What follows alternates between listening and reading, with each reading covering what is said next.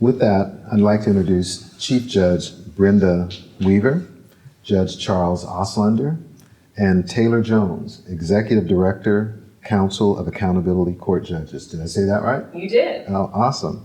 So I'm going to ask each of you to tell me a little bit about yourself, starting out with Judge Weaver. Okay. I serve as the Chief Judge of the Appalachian Circuit, and that is Fannin, Pickens, and Gilmer counties in North Georgia.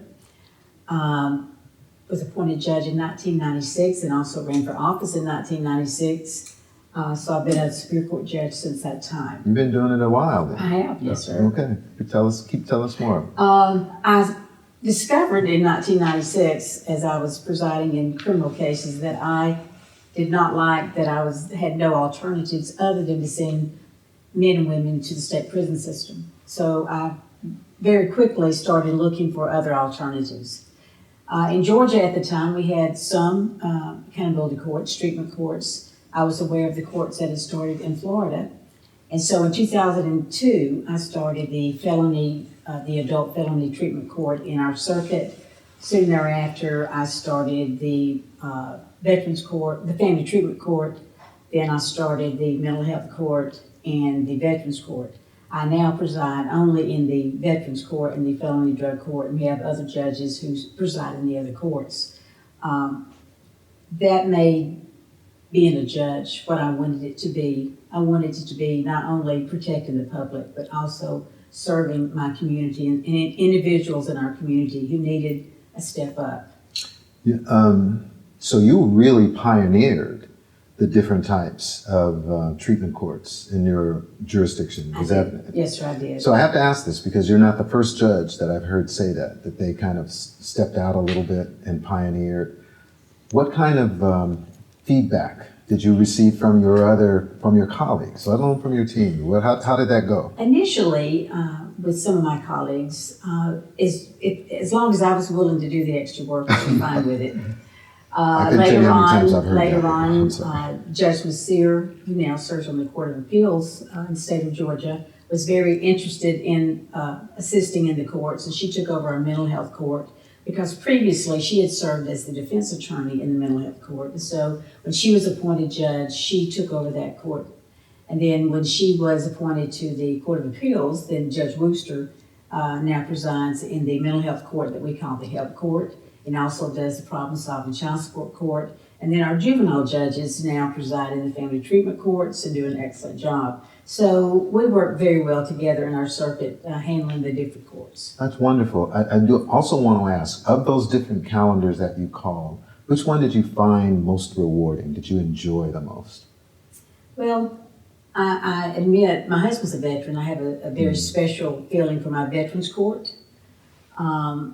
But I felt like I was really doing service when I started and presided in the mental health court. Okay. A lot of those individuals were really needing assistance, as you can imagine, in a rural community. We didn't have a lot of services for them, and so they were very much overlooked initially. So in terms of the greatest need, I'm thinking that our mental health court served a population that was very much overlooked throughout the years in our rural circuit. Interesting that you found the most rewarding, what a lot of people would say probably the most challenging from a judicial standpoint. I don't disagree with that.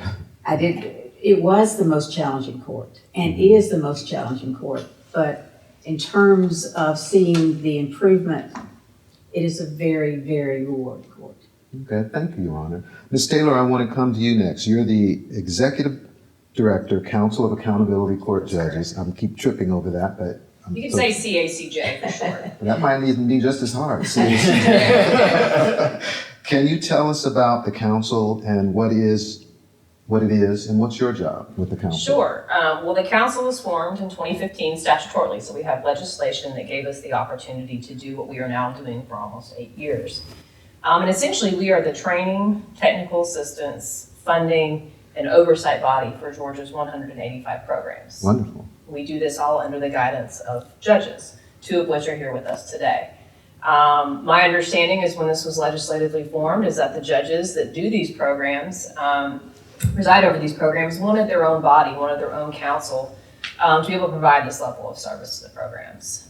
So through the judges who are all members of our council, that preside over the programs. We have adult felony drug courts in our programs. We have mental health courts, veterans treatment courts, DUI courts. I know a lot of times they're called DWI in Georgia. We call them DUI courts. Family treatment courts, and then we have juvenile drug and mental health courts that are also involved in our council. We do all of our work under the, like I said, under the guidance of judges, and it's done through standing committees. So the first committee, it's more than a standing committee, it's the executive committee. It's the elected leadership within our office or within our body.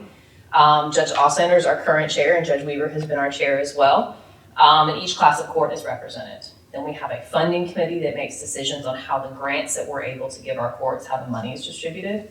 We have a standards and certification committee that oversees our best practice standards in our state and the certification and peer review process that we have. We have a training committee that oversees the amount of trainings in our training conference that we do. We have a data and research committee that does all of the wonderful things that we're able to do with data and the analysis that we're able to provide our courts and then to our stakeholders. And of course, we have a nominations and a legislative committee that also do some important work. That's a lot. It is. It is. And so the council, you said, was legislatively or statutorily? Correct. So you used from 2015. Correct. How long have you been in your role? I am the first executive director. I was lucky enough to be hired that fall. I'm approaching 8 years, and it's a position that I feel grateful to be in every day. Okay, so I have to ask this.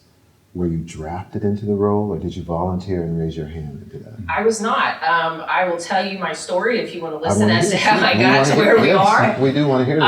I started doing accountability court work in Georgia in 2009. This was pre-criminal justice reform efforts in our state, so I saw what treatment courts were like in Georgia pre-Governor Deal, pre-criminal justice reform in 2012, that first wave that we saw, and where we've grown. But I was actually a probation officer right out of undergrad. Everybody's been a probation officer, I feel like, at some you point. already just got additional points from me. Fully mandated officer for the state of Georgia. Not a job that I thought I would ever do, but needed a job out of undergrad, and you know, it led me to where I am today. So I'm thankful for that opportunity. But through that opportunity, I had a chance to volunteer to be the surveillance officer for a mental health court. So that's where I got my exposure to accountability courts. And I got to see someone that had consistently been on my caseload finally seem to get off that caseload, finally make that change. And through that volunteer opportunity, I figured out what I wanted to do. Wonderful. And I was able to go out to a neighboring circuit and help a judge run their 2 felony drug courts and a mental health court program for some time. And eventually I made my way to Atlanta, and this opportunity arose from the statutorily formed council. I applied kind of at the last minute because I was unsure if it was really what I wanted to do, but because I was in a good position and was lucky enough to interview with, I think, about 10 judges at the time. It was very intimidating. And was hired and have been here ever since. Wonderful. We made a great decision. I can see that. And I'm a retired probation chief, so my career was in probation. That's why I said you scored some extra points there. Good. Judge Auslander, would you tell us a little bit about yourself and how you came into the treatment court space? Interesting, the first contact I had with treatment courts, I was a defense attorney. It was right around the time that Judge Weaver was starting her court up in Appalachian Circuit. But we had a DWI court in Athens, and it was the first time I brought a client into the courtroom. He had had multiple DUIs, and I was approached and asked if my client would be interested, and I'd never heard of it before. And they told me all about it, and I talked to my client, and we just decided that he would not be successful. There was no way that with his history and love of drinking that he would spend more time in jail than be successful. So I counseled him to not go into the court. About 4 or 5 years later, I'm a magistrate judge. I'm in a different role, and Judge Kent Lawrence, who I had great respect for, was our DWI court judge, and said, I'm going to be traveling a lot, doing trainings all across the country. I need someone to come in and kind of help when I'm not there. And I said, well, if I'm going to come in and help you, I really appreciate that. I need to come in and learn more about your court, and I feel like I need to come and join your team. So he said, well, come on and come visit my court. And so I went and visited the court. And one of the first persons I saw in that court was the client that I had advised not to come into the court.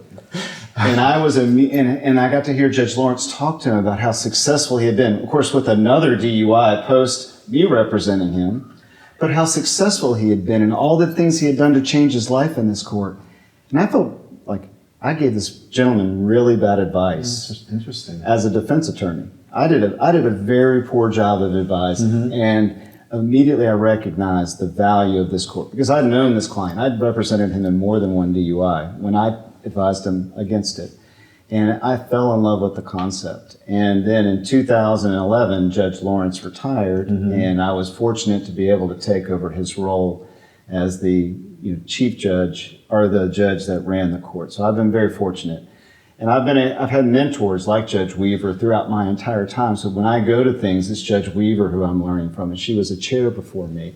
She's a person I rely on. So that's kind of a little bit about my history. That's a high compliment. It is a high. Thank you very much. And I wanted to come back because I heard you say in 2011 when Judge Lawrence retired. Yes. And he was a friend. I knew Judge Lawrence. So, and I had actually worked with him in the court there. What was the period of time from when you had met that client and then you took over? I didn't hear that. Well, so it was 2005 was when I first Okay. joined the team as an assisting judge. So I was fortunate for 6 years, and I attended all the staffings and status conferences. Then I filled in a lot because he did a lot of traveling. So for 6 years, I was able to be mentored by him. Okay. I understand. I appreciate that. And one thing, I'm going to come back to a question about the council, but with both of your backgrounds, and you being the pioneer that starts these different calendars, one thing I will say, you correct me if I'm wrong, there may not have been a lot of training and knowledge available for you to start those different calendars. So, but you still started them. And then when you came on, when I asked both of you, was that a challenge in terms of getting additional knowledge for what you wanted to do, calling those calendars? Well, yes, in 2002, first of all, we didn't have any state money, and I really was not very familiar with the federal grants available. So I was trying to start the felony drug court basically using what we call date funds in Georgia, as well as any monies that the county governments would give to me. So I was basically borrowing from other programs, probation officers, and so forth to start the court. There was certainly not a lot of money for treatment. So at that time, Judge Jerido was in Gainesville, Hall County. I would call on him. I went to different courts just to observe because we didn't have a lot of state training, certainly didn't have the money to attend federal training. So not having the training to begin with was very difficult. So sometimes we had to do trial and error to see what would work. I mean, one of the benefits of having the CACJ is now they have all types of training available for judges, both in the state, and then we're lucky enough to have monies to go for federal training. But one of the biggest challenges when we started was not having any money, but not having the proper training that we needed to know how to properly organize and run the courts. Absolutely. I think the audience is interested in that, especially from a Georgia perspective. Judge Austin, is there anything you'd like to add to that? So when I came in 2005, they'd already organized a state conference, and people like Carolyn Hart and Wes Tuttleston, and they came in. So some of the first people I saw were the experts that are still teaching today. So Right. I had a different experience, and I went into a program that was actively operating and recognized nationally. So I was very fortunate to have a different experience. So that kind of sets you up for success? Is that what you're saying? That's exactly right. All right, I'd like to come back to you, Ms. Taylor, right? Ms. Jones. Ms. Jones, I'm sorry, don't Either even get one's that fine. wrong. So, because you mentioned earlier when you were talking about the council that among the things that the council does, and Judge Weaver, you mentioned it, is training.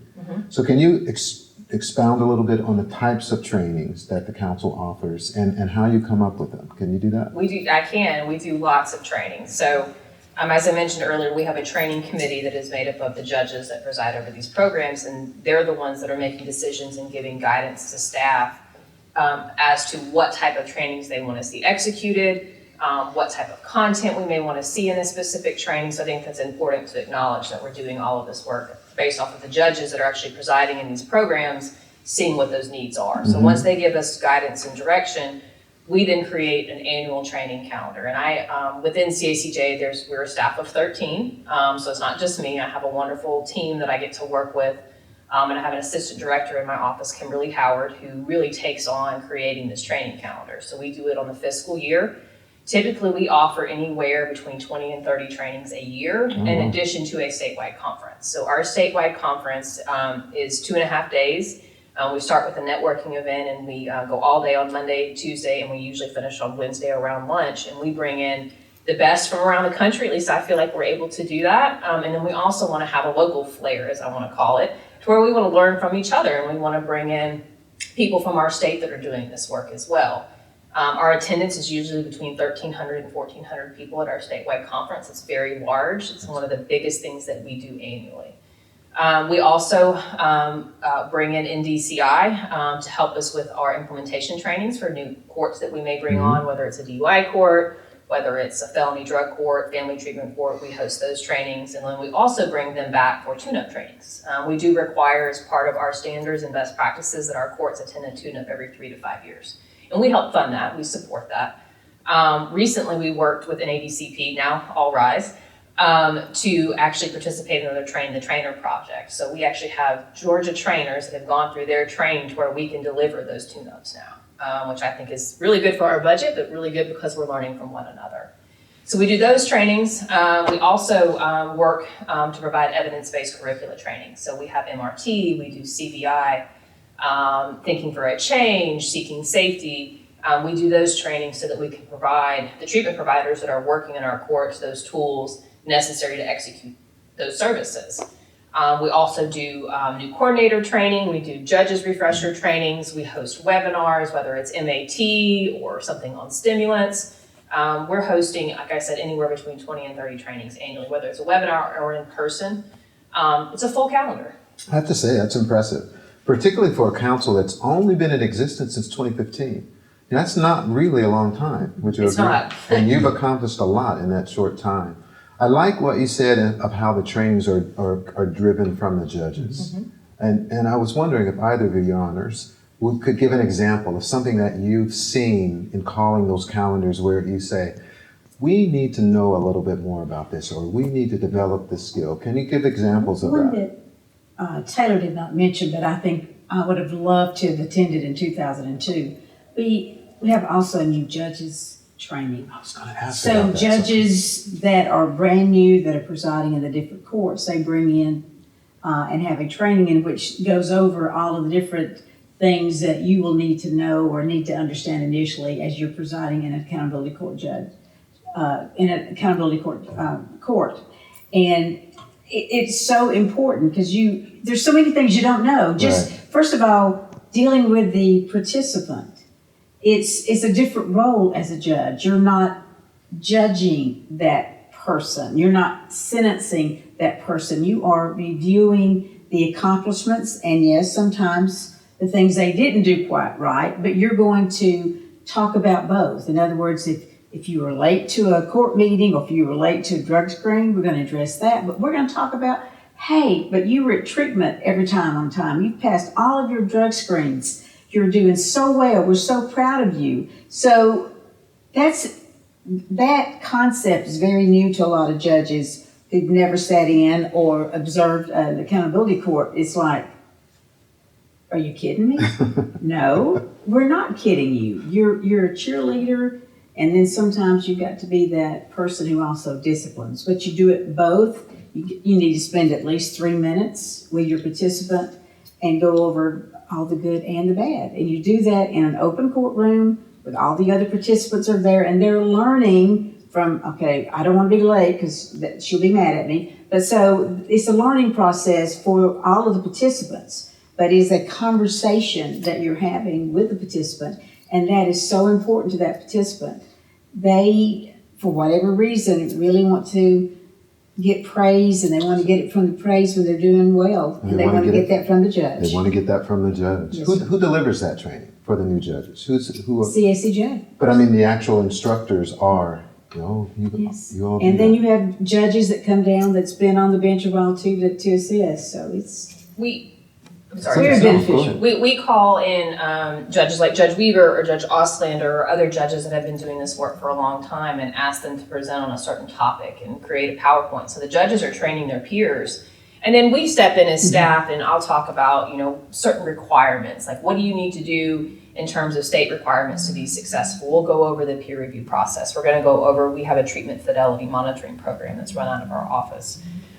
We talk about data and why it's important and why we collect it and provide some performance measure information. So it's not only a new judges in that they're learning how to preside over the program, but they're also just getting oriented to CACJ and who we are and what we do and why we do it. Understood. So, I was going to build off of one of your questions was, where do those topics come from? Or what?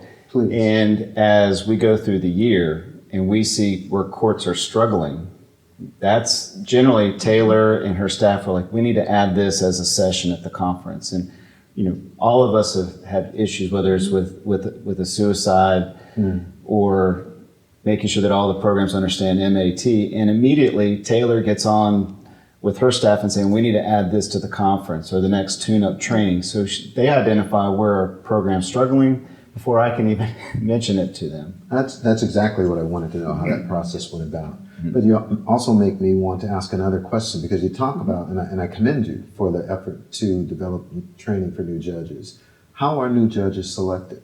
I always like to ask the question if they are conscripted into the role, or if they raise their hand and say, yes, I want to be a treatment court judge. As the chief judge in the circuit, what we like to do is to have judges to volunteer. Okay. We want them to want to be a presiding judge in an accountability court. Okay. If that doesn't work, then at that point in time, the chief judge can step in and say, okay, I want you to do it. But we want you to do it for at least 2 years, because we want to make sure that the participants are seeing the same judge as much as possible. Certainly a judge is going to be sick, or we're going to be at a conference. So we do have other judges that we're training in our circuit to take over for us when we're absent. But it's very important that John sees Judge Weaver as often as possible, because I'm the presiding judge. Mm-hmm. I'm the one who's going to do the sanctions. I'm going to be the one to congratulate him at graduation. So they need to understand that I'm going to be there 90% of the time. Mm-hmm. So it's very important that we are training other judges to take our place, but that we are there as much as possible. It's very important that we're there.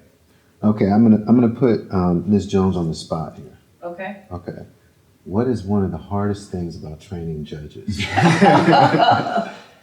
Ooh. Bringing fresh and new material. Okay.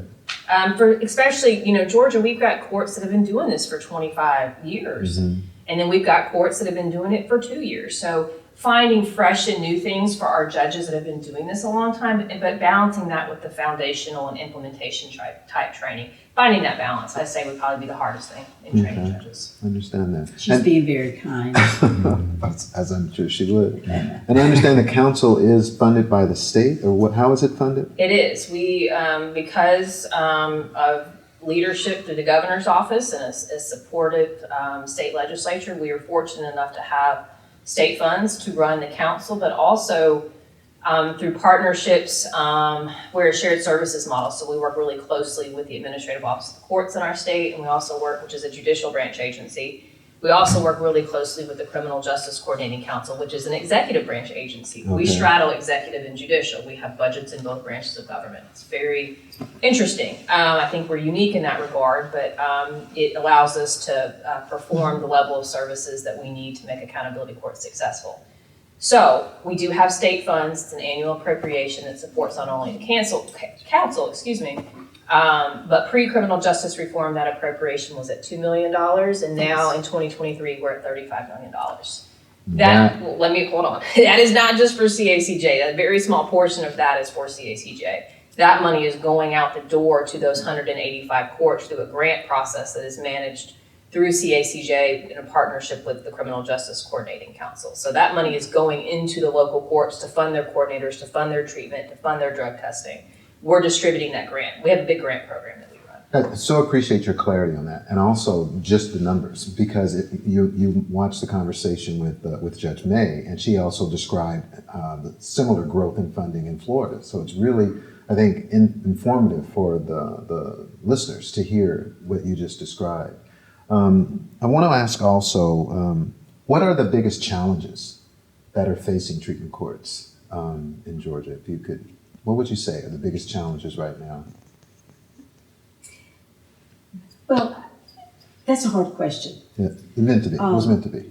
I think continuing to find judges who are willing to preside in these courts. For example, we have a lot of courts in Georgia, but my goal has always been, we have 159 counties.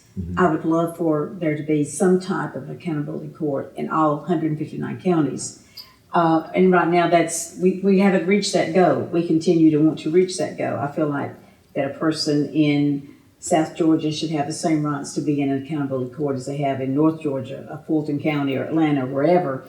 And that's not true at this point in time. So we need to find more funding and more judges who are willing to step up to say, okay, I'm going to start a court in this county. I'm going to work to get a grant from the state. That means that we need to work with our state legislature to ask for more money, because right now we're giving all the money out to the courts that we have. So I'm hoping that we can show to the state legislature the need for more courts and have one in every county. Therefore, we need more money. But we're going to have the challenge to make that happen in terms of making sure that we have available judges who are properly trained, who will preside in those courts, that we have district attorneys and defense attorneys and all the other team members that we need in every county. It's very difficult to find the qualified treatment providers that can be that can deliver the type of treatment that every court needs, the type of mental health professionals that needs to be in the mental health courts. It's very difficult in the rural counties to have those individuals that want to come and work there. So that's a big challenge. It's even a challenge in my courts, continuing to find people who are trained properly that can do the job that needs to be done. So I think the biggest challenge is to find the judges, find the money, but more importantly, to find the actual treatment and mental health professionals that we need to make sure we're delivering the services that need to be delivered. We don't want to do harm. We want to do good. And to do that, we've got to have professionals who know what they're doing to work in these courts. Absolutely. I think that's a really comprehensive answer to it. You said it was not an easy question, but I think you hit the ball out of the park in its response. And I say that because I think Georgia's not the only state that's facing some of those problems, but you articulated that really well. It also begs a question of the types of metrics. What kind of metrics does a treatment court or the council or whomever, what are you collecting right now to help you answer some of those questions about success, about how well you're doing? I think the judges will let me take this one to start. Because they look towards you when I asked it. Well, we take data collection and data analysis very, very, very, and I said 3 varies, seriously in Georgia, because it is our bread and butter. We could not do what we do without showing the evidence that what we do works. So I'm going to give you just kind of an elevator speech very quickly about how we collect data in Georgia and what we collect. I think that was your question. Yes. But we collect about 120 pieces of data on each participant flowing through our courts. So we know we have mandatory performance measures that are spelled out in the statute, such as how many drug screens, what is their risk score coming in, treatment hours, number of participants, demographic sort of information. We're collecting all of those pieces of information. We're also collecting the number of sanctions that are being imposed, the number of incentives that are being awarded, the number of times they're meeting with the judge. So 120 pieces of data approximately on each participant. We have standardized case management systems in Georgia. That's something that we implemented in 2014, and we've grown that process over time. When I was hired as the director, kind of saw that as a 3-step process. Okay, we're going to implement the systems. We're going to get standardized data collection in place. We have a data dictionary and manual that our courts, there's certain elements they have to collect. And then we built a repository. So we require that our courts push data through a web service, through an interface, to us at the state, to where then we catch that data and we house it at the state level. So we have those 120 pieces of data on each participant that's flowing through our courts. And I can tell you since 2013, fiscal year 13 in Georgia, through the close of FY22, we've served over 32,000 Georgians in our program. So in addition to those number of participants, knowing that we have served that many people, I can tell you that in fiscal year 22 alone, we did over 393,000 drug screens in Georgia.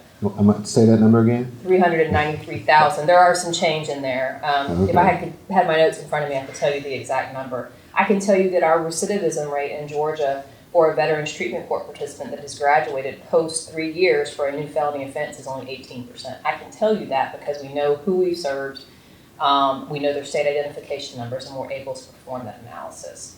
One thing that we do as well is we give our courts back. So they're pushing all this data to us quarterly. We ask them to do this. It's part of standards and certification, and we also tie it to funding. So if they want state funding, they have to give us their data. Because we want to know what they're doing. We want to know what they're doing that's working, what they're doing that's not working, because we're all striving to get those good participant outcomes that we all want, right? Absolutely. But we give them what we call a QPR report, a quarterly performance report. So they're giving us information, and we're giving them a report back every quarter to each of those 185 programs of basic analysis. So they can then take that and use it at their local level to talk about their court, what they're doing with those local stakeholders. And then I have that information to talk to state level stakeholders with judges to be able to advocate for that additional funding.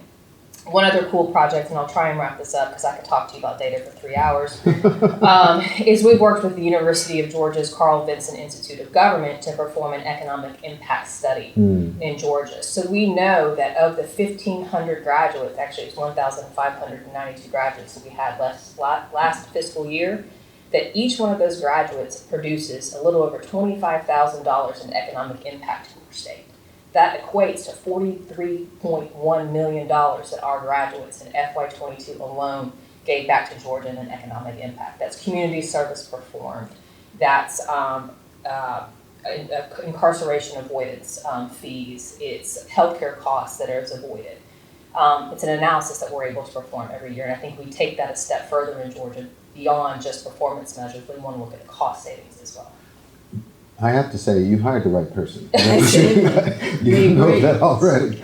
But I also, on that last point, that study you just mentioned about the economic impact study, where can our listeners go and see that? Can they go and see They that? can. We are very transparent in Georgia. You can see our annual report, our statewide report, and that report. We've actually done it twice. We did it in 2017, and we just refreshed it for 2022.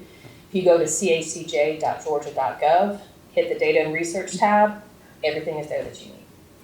Thank you. Sure. We're winding down a little bit, but I really feel like we could have another half an hour conversation. But both your honors, I'd like to ask you, what are some of the things you're most proud of in terms of accomplishments of treatment courts in Georgia?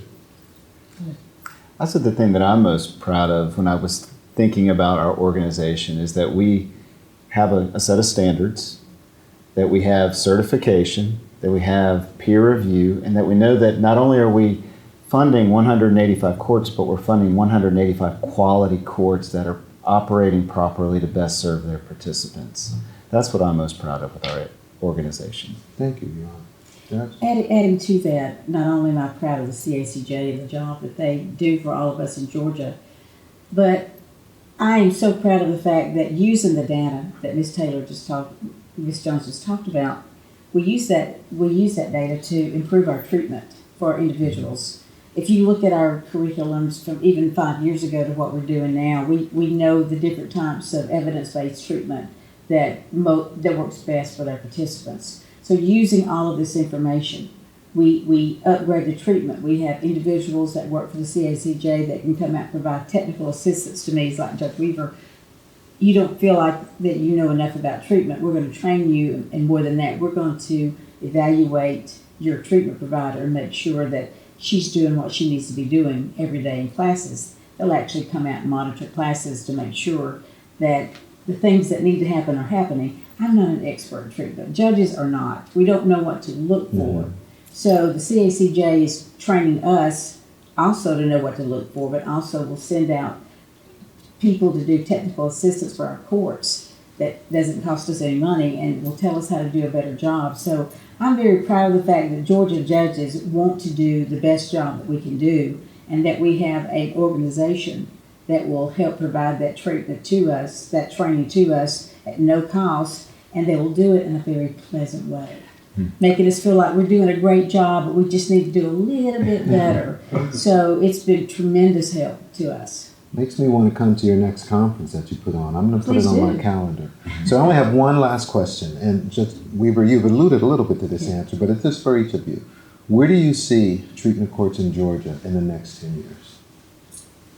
I want to see a treatment court at 159 counties doing the very best job that they can do, so that we are continuing to defer individuals from our state prison system.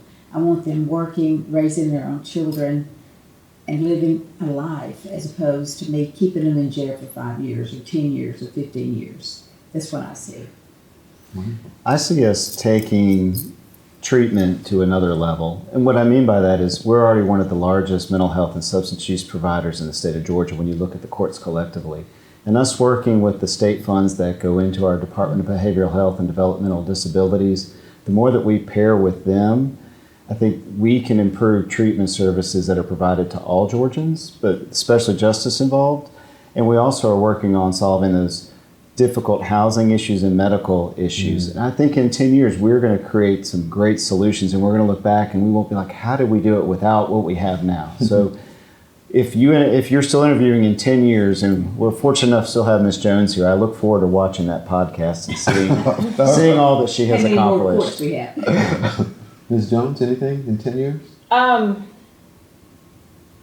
So I have to really probably think that through, because it's probably a lengthy answer, but I would just say, in 10 years, I would love to see CACJ expand, build upon the good work that we've already done. It's only been 8 years.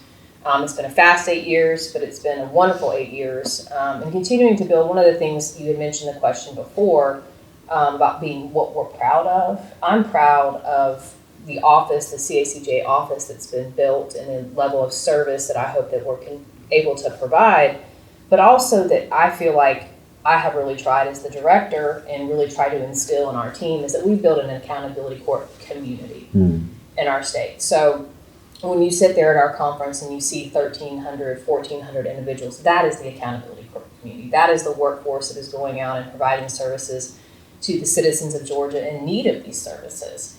I want to see that community continue to grow. I want to see that accountability court community continue to be one and one that supports each other and learns from each other.